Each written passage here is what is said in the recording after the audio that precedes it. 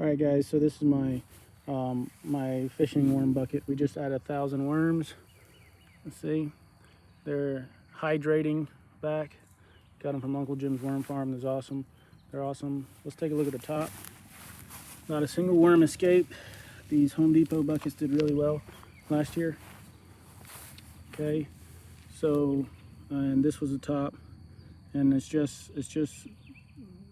a wire that you put over in front of in your windows, all right, window screen. Okay, the bottom of this bucket right here, you can't see. Bottom of this bucket right here is basically done just like that. And then it doesn't sit on the ground because obviously air would not be able to go up through it. So I cut out, and so you really need three buckets for this, okay, because I ruined when I cut one, okay, and it sets in it, and the bottom of it is right about here, okay, and then you have these holes all the way around. You can see that hole right there, okay, those holes all the way around. And then, okay, so how this sits in top, this doesn't sit completely, you can see there's a gap. Normally there would be no gap here, it would sit completely on top of it. Well, the reason there's a gap is because I had door insulation, the type that you can stick, and it's not inside of this. And actually, now that I think about it,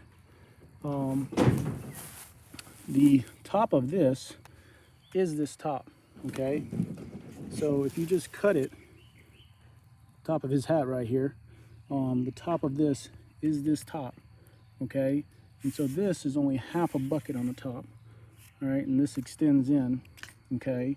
And this, like I said, there's a gap. It normally would sit right on top, and this doesn't sit right on top because in between this one and this one is your door weather stripping, all right? About 2 rounds. And then what I did, I shoved this in there.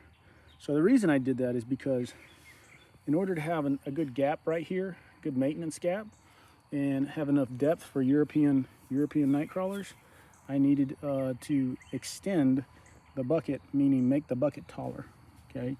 So this was how I made the bucket taller, with the weather stripping inside of here and in here. And so what you have here is just duct tape. Essentially, you don't even need the duct tape, but I wanted to seal it off 100% sure to make sure that it was sealed.